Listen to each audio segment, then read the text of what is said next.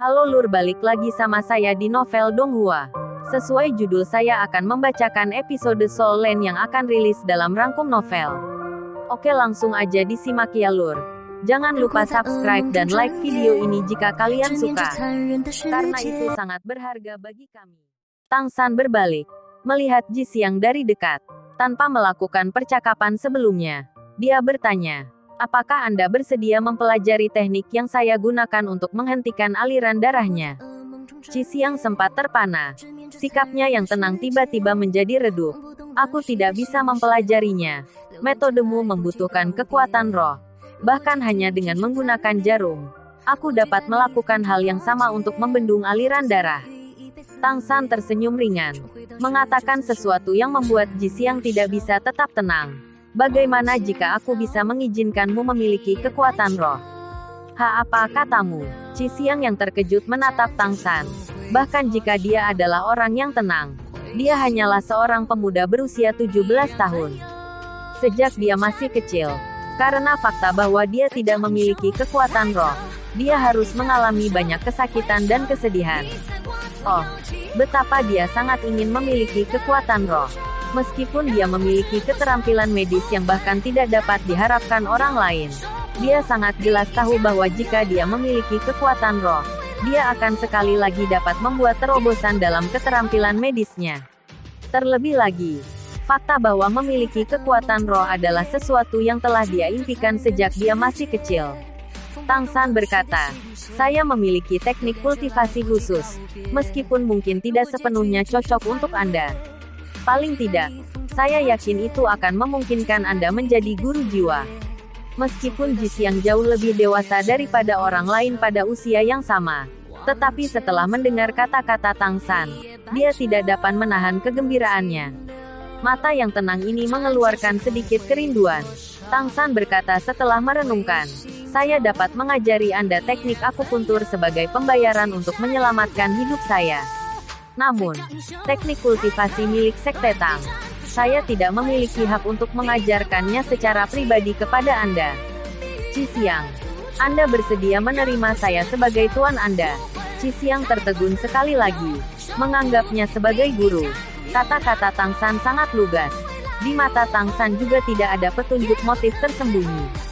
Setelah ragu-ragu beberapa saat, dia bertanya, jika Anda benar-benar mampu menjadikan saya guru jiwa, saya setuju.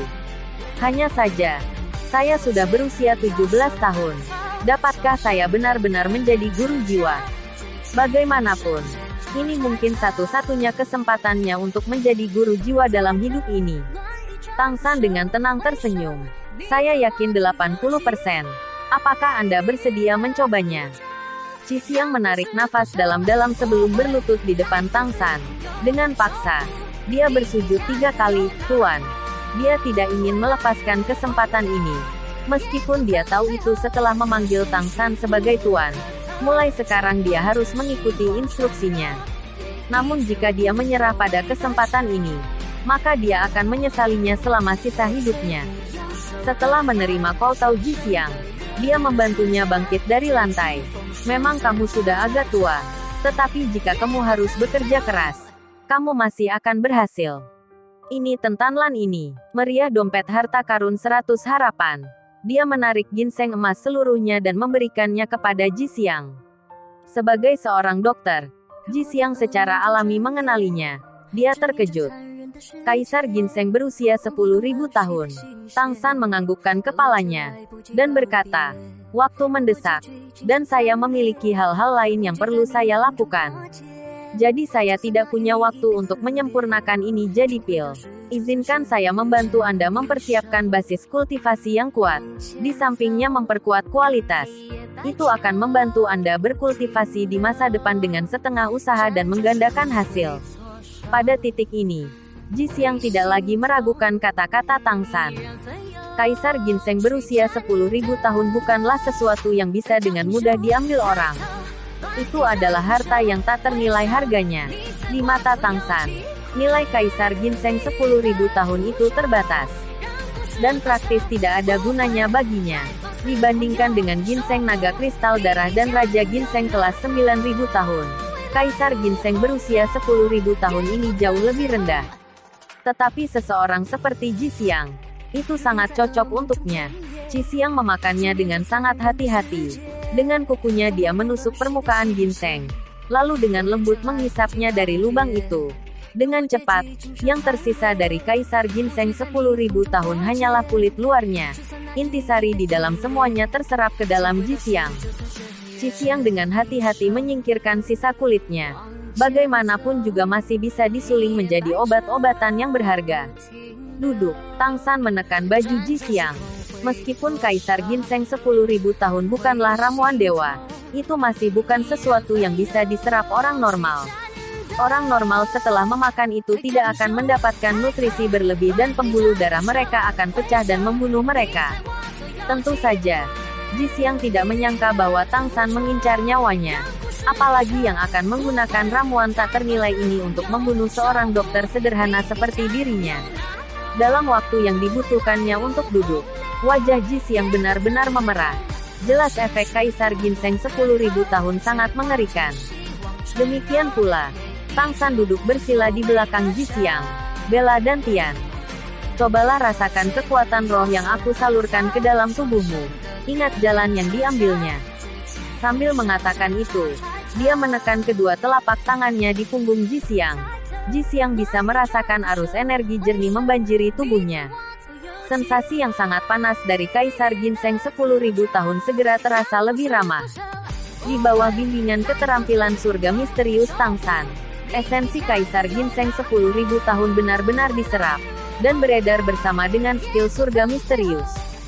Setelah air akan dikembalikan dengan mata air yang memancar, sebagai rasa terima kasih karena telah menyelamatkan hidupnya, Tang San telah memutuskan untuk memanggil Ji Xiang sebagai muridnya. Sebenarnya dia tidak memiliki motif lain, hanya ingin membayar hutangnya karena hidupnya diselamatkan. Dia siap untuk mengajarkan keterampilan surga misteriusnya untuk pertama kalinya. Jika bukan karena alasan ini, dia tidak perlu membuat Ji Xiang memanggilnya sebagai tuannya. Ajaran Sekte Tang tidak akan pernah bisa bocor. Itu ideal sejak lama tertanam di hati Tang San. Karena itu, Tang San yang saat ini membantu Ji Xiang mengedarkan ki-nya bukanlah untuk sesuatu yang sederhana seperti membantunya menyerap khasiat obat dari ramuan tersebut.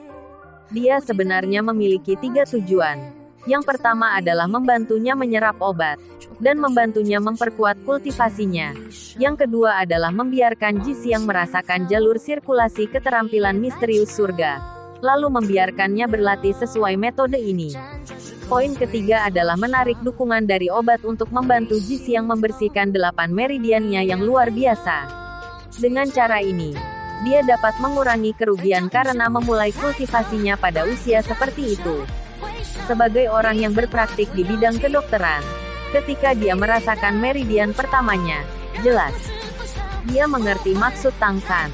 Bagaimanapun, bahkan dengan bantuan Kaisar Ginseng 10.000 tahun, untuk membersihkan meridian orang lain juga membutuhkan kekuatan roh dalam jumlah besar. Ketika Tang San membantunya membersihkan meridiannya, hati Ji Xiang akhirnya benar-benar menerima Tang San sebagai guru. Setelah meridian pertama dibuka, Ji Xiang merasakan ki internal yang mengalir di dalam dirinya tubuhnya secara signifikan. Kecepatan Tang San mengedarkan keterampilan surga misteriusnya juga meningkat. Saat dia mengira itu akan berakhir, Tang San sudah mulai menyerang meridian kedua. Kekuatan roh guru begitu kuat. Ji Xiang dengan mantap menjaga hatinya. Sementara dia menghafal rute sirkulasi untuk skill surga misterius, dia selalu terkejut. Meskipun ketika dia menyelamatkan Tang San acak-acakan dan kotor tetapi dia terlihat tidak lebih dari 20 tahun atau lebih. Ini juga alasan dia ragu-ragu ketika Tang San ingin menjadikannya sebagai muridnya. Baginya, Tang San paling banyak adalah penatua roh. Kemungkinan besar hanya seorang Grandmaster roh. Namun, saat ini kekuatan roh Tang San terasa seperti gelombang laut, mengalir tanpa henti. Kekuatan roh tidak pernah melemah sedikit pun. Setiap sirkulasi berjalan dengan baik.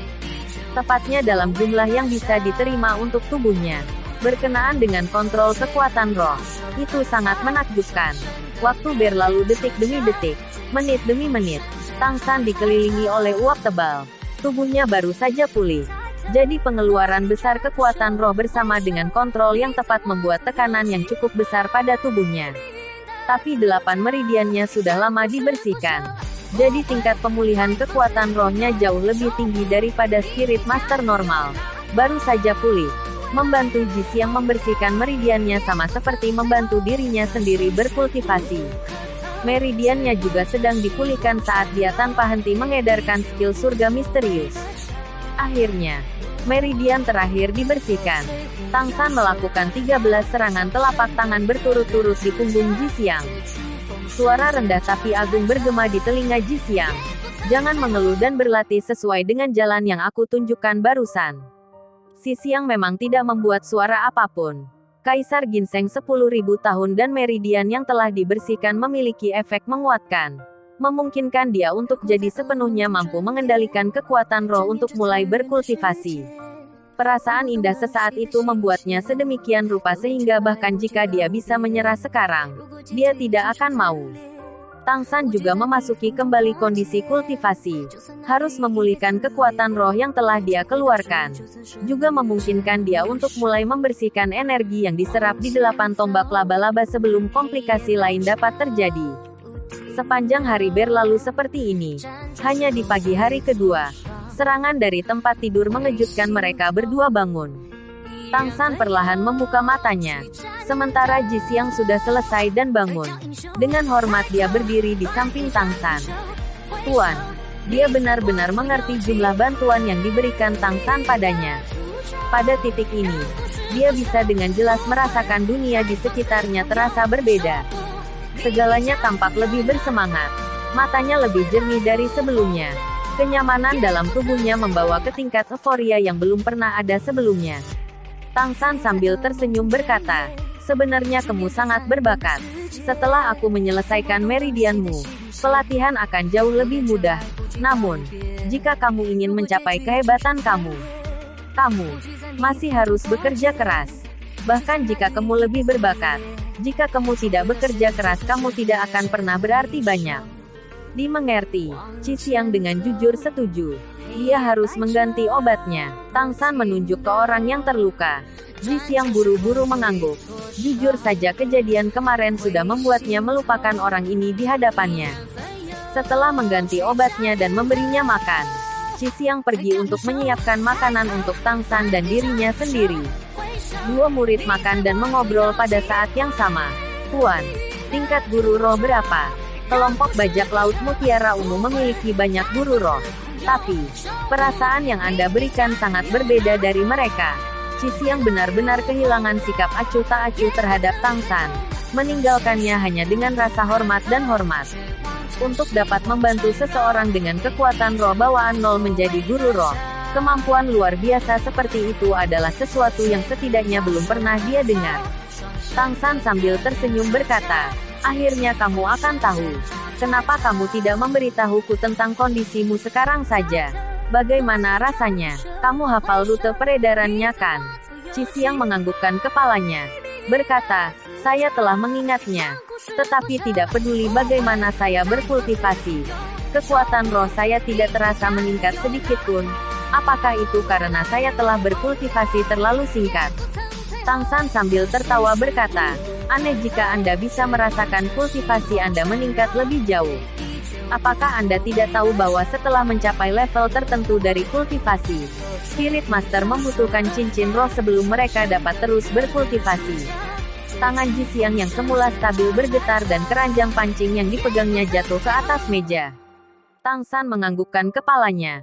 Berkata, jika setelah makan Kaisar Ginseng berusia 10.000 tahun, dan setelah aku membantumu membersihkan 8 meridianmu, itu masih belum cukup untuk membantumu mengisi dengan kekuatan roh. Bukankah usahaku kemarin semuanya sia-sia? Sekarang Anda perlu mendapatkan cincin roh pertama sebelum dapat melanjutkan kultivasi. Jika tebakan saya benar, peringkat roh Anda saat ini setidaknya dari peringkat 15. Tentu saja, Anda perlu mendapatkan cincin roh sebelum itu bisa terwujud. Ji Xiang menatap Tang San lama sekali sebelum dia berkata, Guru, kamu terlalu luar biasa. Saya belum pernah mendengar seseorang dengan kekuatan roh 0 bawaan dapat berkultivasi. Tang San tersenyum pahit. Teknik ini istimewa. Hanya orang yang memiliki kekuatan roh bawaan atau orang yang memulainya saat mereka masih muda yang dapat mengembangkannya. Namun, saya tidak memiliki Kaisar Ginseng 10.000 tahun. Jadi perlakukan diri Anda sebagai kasus yang luar biasa. Qi Xiang mengucapkan kata-katanya yang tulus. Terima kasih, Guru. Tang San ragu-ragu sebelum bertanya. Qi Xiang, apakah kamu akrab dengan pemimpin kelompok bajak laut Purple Pearl? Qi Xiang menganggukkan kepalanya, berkata, saya kira itu bisa dianggap familiar.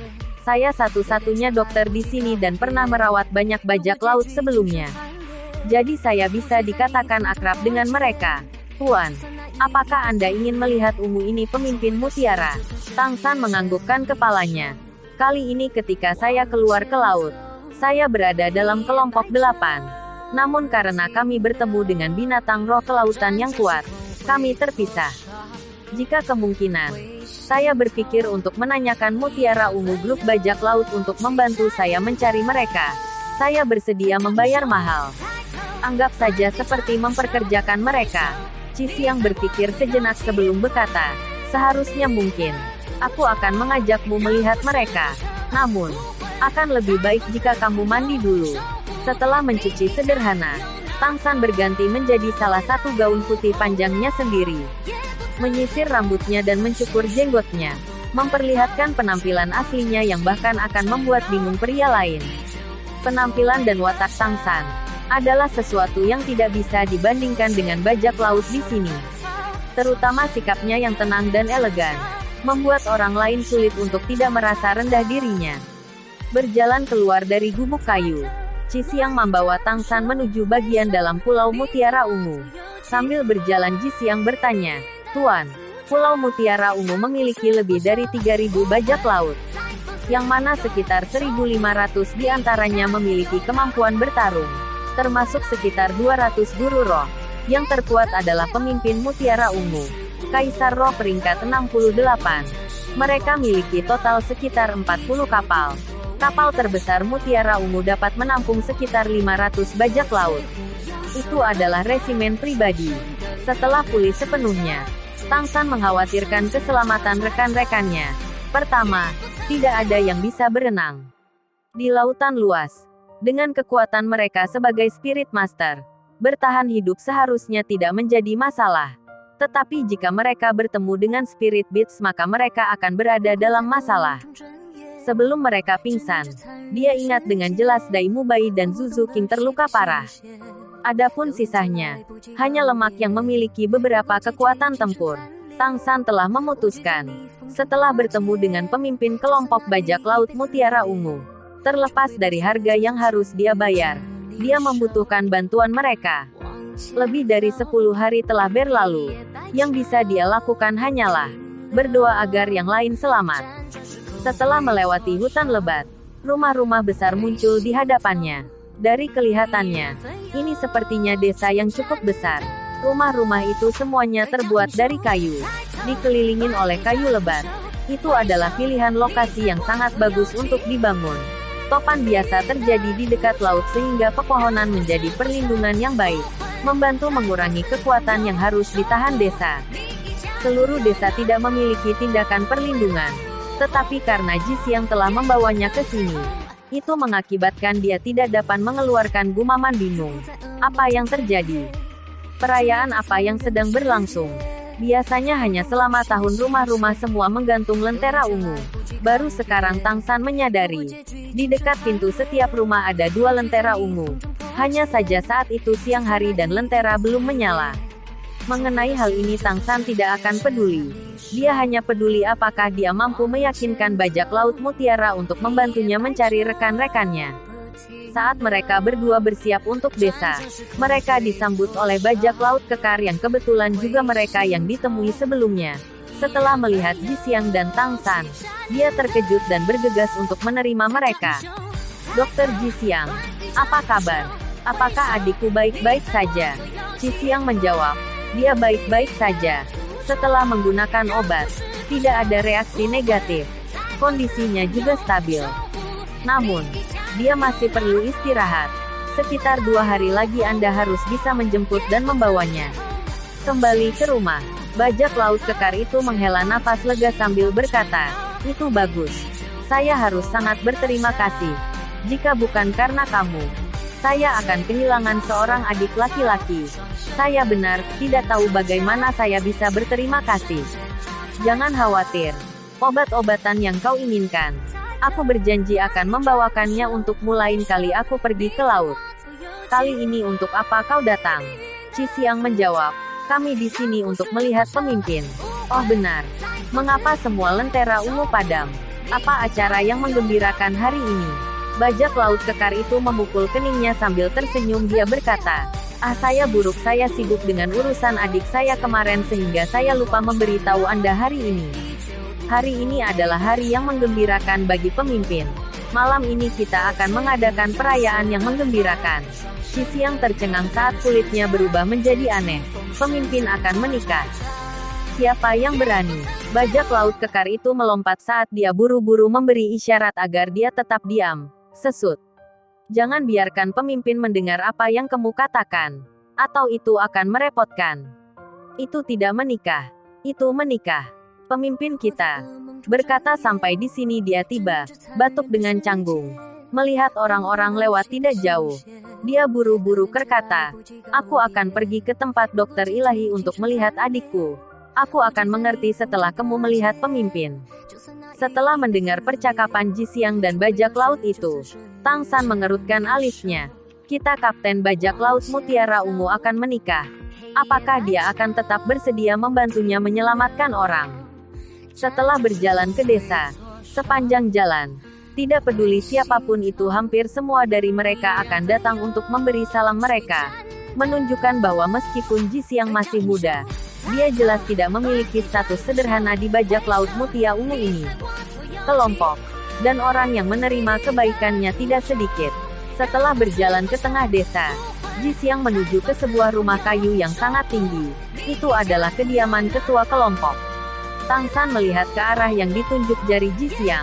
Pada saat berikutnya, dia membeku saat dia menghentikan langkahnya. Qi Xiang bisa dengan jelas mendengar suara retakan datang dari belakangnya. Saat dia berbalik untuk melihat, dia menemukan bahwa mata Tang San memancarkan sinar emas ungu. Aura pembunuhan yang intens juga bergabung sepenuhnya di udara 3 kaki di dalam dirinya. Tekanan sombong dan tirani hampir membuat Qi Xiang pingsan di sana.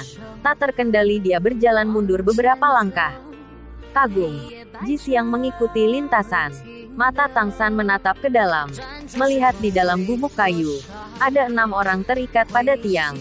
Penampilan mereka tidak jelas, tapi dari seberapa rusak pakaian mereka, mereka jelas dalam kondisi yang buruk. Qi Xiang tidak bisa melihat dengan jelas, tetapi Tang San bisa. Ke-6 orang ini adalah rekan-rekan yang hilang yang dia cari.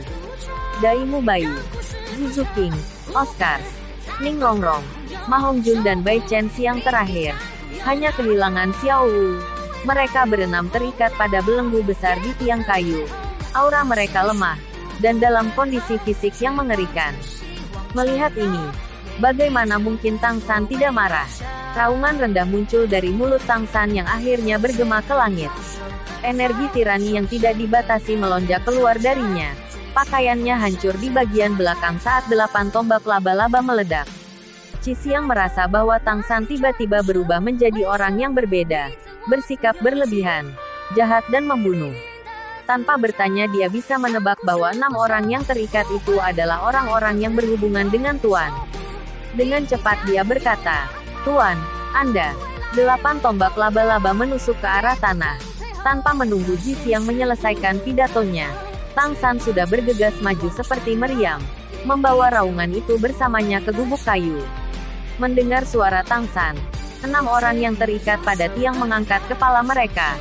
Roh mereka sebagian memulihkan secercah harapan yang muncul di air mata mereka saat mereka jatuh. Dengan kilatan cahaya, Tang San praktis langsung tiba di sisi mereka. 8 tombak laba-laba dengan keras menusuk rantai dan menghancurkan mereka, menyebabkan Shrek Five Setan dan Bai Chen Xiang jatuh ke tanah terengah-engah. Tang San membentur dinding di depan rumah 1 kali. Kekuatan serangan itu Mengguncang dinding langsung menghancurkannya menjadi beberapa bagian dan mengirim mereka terbang. Dari aumannya sampai dia menghancurkan dinding dengan tinjunya. Hanya waktu yang sangat singkat telah berlalu. Tetapi kemarahan Tang San telah mencapai batas.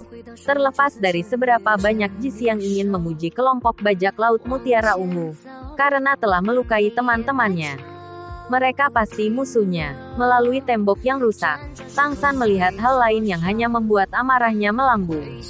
Mengenakan gaun ungu panjang, dengan tubuh sedang duduk kembali ke arah mereka. Dan dalam pelukannya orang yang terus berjuang mengenakan armor lembut Wishful Eitreasures, Xiao Wu. Tiba-tiba melihat orang berjubah ungu di rumah kayu memegang Xiao Wu yang sedang berjuang. Amarah yang mengamuk di mata Tang San menjadi cahaya merah sedingin es. Mati, tiba-tiba menyapu ke depan. 8 tombak laba-laba di punggungnya memanjang.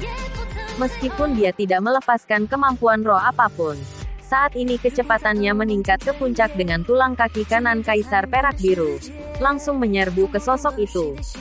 Sebenarnya tidak menggunakan kemampuan roh itu karena Tang San takut melukai Xiao Wu, tetapi amarah di hatinya sudah mencapai batasnya. Tidak peduli apa, dia harus memotong-motong orang yang berani menyentuh Xiao Wu ini. Orang berjubah ungu itu juga bereaksi sangat cepat terhadap suara itu. Pada saat yang sama ketika Tang San mendorong ke depan, tubuhnya dengan cepat berputar seperti ikan yang berenang.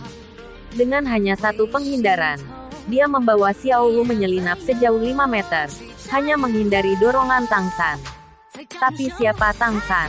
Dalam kemarahannya yang ekstrim, potensi penuhnya sudah dibangkitkan. 8 tombak laba-laba di kanan bawah menghantam tanah dengan keras. Bagian kiri terbawah menempel di tanah untuk bertindak sebagai penyangga, membuatnya memutar sirkuit besar di udara, membiarkannya sekali lagi mencapai orang berjubah ungu tanpa kehilangan momentum sedikit pun. 8 tombak laba-laba mendorong lurus ke arah tubuh lawan. Kali ini, Tang San menggunakan kekuatan penuhnya, secepat kilat. Meskipun orang berjubah ungu itu juga seorang spirit master, dalam waktu sesingkat itu, Tang San pada dasarnya tidak memberinya kesempatan untuk bereaksi. 8 tombak laba-laba sudah ada di depannya. Menghadapi krisis hidup atau mati, orang berjubah ungu itu melakukan sesuatu yang membuat Tang San sedikit bingung. Dia tiba-tiba mendorong, mengirim tubuh Xiao Wu untuk mendarat di tempat tidur ke samping dirinya sendiri tanpa cukup waktu untuk menghindar. Dia tiba-tiba mengangkat kaki kanannya dan menendang langsung ke dada Tang San, memaksa musuh untuk menyelamatkan dirinya terlebih dahulu. Sayangnya, meski reaksinya cepat, itu masih sedikit kurang dibandingkan dengan Tang San. Tendangan itu sepertinya akan memaksa musuh untuk berjaga, dan itu juga merupakan kaki yang sangat panjang. Tetapi sayangnya, 8 tombak laba-laba Tang San bahkan lebih panjang. Bagaimana kaki itu bisa berukuran hingga 3 meter? Saat setidaknya 48 tombak laba-laba hendak menusuk tubuh orang berjubah ungu itu, Tang San juga akhirnya melihat penampilannya. Dengan pandangan yang satu ini pada rekannya, warna merah di matanya tidak bisa membantu sedikit pun menumpulkan. Serangannya juga melambat setengah detak. Muncul di depannya bukanlah pria kasar atau bajak laut yang ganas, melainkan wanita yang proporsional. Tampaknya 27 atau 8. Sangat cantik. Hidung mancung. Mata besar. Rambut ungu pendek yang tampak rapi dan teratur. Berkembang dengan semangat heroik. Saat ini sepasang mata ungu yang indah sedang menatap Tang San, dipenuhi dengan keterkejutan. Wanita, ini adalah Purple Pearl. Karena dua kesadaran inilah gerakan Tang San melambat. Mutiara ungu juga benar-benar luar biasa. Tiba-tiba merasakan aura putus asa lawan yang pahit. Saat serangan ke depan melambat, dia memanfaatkan momentum tendangan kaki kanan untuk berputar penuh di udara. Di tengah flip, dia melepaskan jubahnya dan melemparkannya ke Tang San, menggunakan momentum ini untuk mundur. Menemukan lawannya adalah seorang wanita. Keluhan di hati Tang San segera berkurang banyak, dan tidak terus mengejarnya. Dalam sekejap, dia mencapai sisi Xiao Wu. Dia menarik tubuh cantiknya ke pelukannya dengan satu tangan, melemparkan jubah dari 24 jembatan terang bulan, mengikatnya. Tubuh Xiao Wu yang tidak berjiwa awalnya tampak agak bingung dan tiba-tiba merasakan aura Tang San. Dia tidak bisa menahan serangan memegang erat pinggang Tang San dan menolak untuk melepaskannya. Dadanya naik turun dengan keras, jelas dia tidak mengalami guncangan kecil. Tang San untuk sementara melepaskan lawan. Tetapi lawan tidak berniat melepaskannya. Sebagai kapten armada bajak laut Purple Pearl juga dapat dianggap telah bergerak tanpa hambatan melalui bagian laut ini selama lebih dari 1 dekade. Apakah dia pernah berada dalam situasi yang begitu sulit? Setelah hampir menemui takdirnya pada serangan Tang San, kapten yang cantik ini segera menjadi marah. Siapa? Kamu berani bertingkah seperti ini di kelompok bajak laut Purple Pearl? Dari sudut Purple Pearl, dia hanya bisa melihat rambut biru panjang Tang San. Rambut menyembunyikan wajahnya. Dan Tang San menunduk untuk melihat Xiao Wu. Hanya 8 tombak laba-laba yang berduri di punggungnya yang diam-diam mengejutkan Kapten Purple Pearl. Tanpa sadar dia mendorong kekuatan rohnya, melepaskan jiwanya. Merasakan ketakutan yang dialami Xiao Wu, kemarahan Tang San meledak sekali lagi. Memikirkan rekan-rekannya yang dipenjara di luar, dia perlahan mengangkat kepalanya. Suaranya dingin, "Aku datang untuk membunuhmu. Bukan hanya kamu. Aku tidak akan meninggalkan seekor ayam atau anjing pun hidup-hidup di antara bajak laut Purple Pearl Anda." Ketika Purple Pearl melihat Tang San mengangkat kepalanya, dia tidak juga bisa menahan tatapannya sejenak. Di matanya, dahi Tang San bulat, hidung lurus dan rahang persegi. Wajah tampan yang dipenuhi niat membunuh dingin. Cahaya keemasan ungu berdenyut di sepasang mata biru. Tapi aura yang dipenuhi dengan niat membunuh ini memiliki temperamen yang anggun. Setiap gerakan tampak santai dan elegan. Sejak dia lahir, ini adalah pertama kalinya Mutiara Ungu melihat seseorang seperti ini. Tentu saja, kekebalan Mutiara Ungu terhadap pria tampan juga jauh kuat dibanding wanita biasa.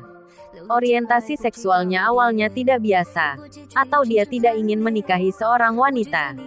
Aku ingin melihat bagaimana kamu akan menghancurkan bajak laut Mutiara Ungu kami. Keluar dari sini. Saat dia berbicara, Mutiara Ungu mundur secara eksplosif. Sudah menghindar dari rumah kayu. Tang San merasakan ledakan ketakutan. Dia takut lawan akan mengalahkan 5 iblis Shrek lainnya. Membawa Xiao Wu dia juga tidak bisa dengan menggunakan teleportasi. Kaki kanannya menginjak tanah. Dia buru-buru mengejarnya. Purple Pearl tidak memiliki niat untuk mengganggu 5 setan Shrek atau Bai Cheng Xiang. Dia berhenti di ujung ruang terbuka di depan rumah kayu. Saat ini, jiwanya telah dilepaskan. Tubuhnya sedikit berubah. Seluruh tubuhnya tampak melembut. Aura yang masih mematikan memenuhi matanya. Kulitnya tertutul lapisan sisik kecil berwarna abu-abu biru. Ular, melihat perubahan fisiknya. Tang San pertama kali menebak bahwa rohnya pasti berhubungan dengan ular. Namun, bukan ular biasa. Itu harusnya roh ular laut. 2 kuning, 2 ungu, 2 hitam. 6 cincin roh ideal muncul di sekitar Mutiara Ungu. Meskipun Tang San menebak bahwa Mutiara Ungu ini sedikit lebih tua dari yang terlihat di permukaan. Dari cincin rohnya dan kekuatan roh peringkat 68 yang disebutkan Ji Xiang, kekuatan wanita ini benar-benar luar biasa. Tapi laku kenapa? Ular laut sangat beracun. Mereka masih ular. Sosok Tang San melintas. Menyerahkan Xiao Wu ke Ning Rongrong yang masih pingsan di tanah. Tidak bisa duduk. Dengan sekejap, dia sudah berada di depan Purple Pearl. Buku teks pertama menangkap raja untuk menangkap pencuri. Ada beberapa ribu musuh di sini. Dan bahkan lebih dari 200 Spirit Master. Hanya mengandalkan kekuatannya sendiri. Mungkin tidak mungkin untuk menyerang. Selama dia menangkap Mutiara Ungu, akan jauh lebih mudah untuk membuka jalan. Di udara, roh Kaisar Perak Biru Tang San tiba-tiba meledak. 6 cincin roh praktis keluar dari dalam dirinya. Kuning-kuning, ungu, hitam-hitam, merah. Warna cincin roh yang menakutkan membuat hati Mutiara Ungu bergetar. Detik berikutnya, lingkaran cahaya putih tiba-tiba meledak dari Tang San. Saat menghadapi musuh, Tang San tidak akan pernah menahan diri. Saat dia mendekat, dia melepaskan domain Dead God-nya. Sejak mendapatkan beberapa pemahaman tentang domain Dead God di bawah tekanan pedang Douluo, kekuatan domain ini juga menjadi lebih besar, terutama tercermin dalam kendali. Dalam jangkauannya, Tang San sekarang dapat sesuka hati fokus atau menyebarkan efek domain Dead God. Sekarang menghadapi hanya satu lawan. Dia secara alami memadatkan semua roh pembunuhnya pada Purple Pearl Dead God Assault langsung meletus. Mutiara Ungu hanya merasakan seluruh tubuhnya tiba-tiba menjadi dingin. Aura sedingin es yang tak tertandingi menembus pikirannya seperti belati tajam. Tapi kekuatannya ini entah bagaimana tidak berwujud. Saat tubuhnya menjadi dingin, rasa takut membuncah tanpa sadar. Dan dia tanpa sadar mundur. Semangat juang berkurang. Efek melemahnya domain Dead God langsung muncul. Dan terlebih lagi, seiring dengan kekuatan domain Dead God yang semakin kuat, niat membunuh dingin juga membuat tubuh Purple Pearl bereaksi jauh lebih lambat. Dari kekuatan aslinya, dia sebenarnya tidak bisa menampilkan lebih dari 70%. Cahaya kuning hijau muncul entah dari mana, mengambil bentuk jaring besar di udara dan menyelimuti mutiara ungu yang melambat. Sama seperti Purple Pearl yang ingin memanfaatkan sifat khusus rohnya untuk mengelak. Tiba-tiba, 16 helai kaisar perak biru bergegas keluar dari tanah, berubah menjadi sangkar dan dengan kaku menahannya di dalam. Di bawah jaring besar, di dalam kandang, Mutiara Ungu terkejut saat mengetahui bahwa pada dasarnya dia tidak bisa mengelak, dan pemblokiran paksa bukanlah keahliannya.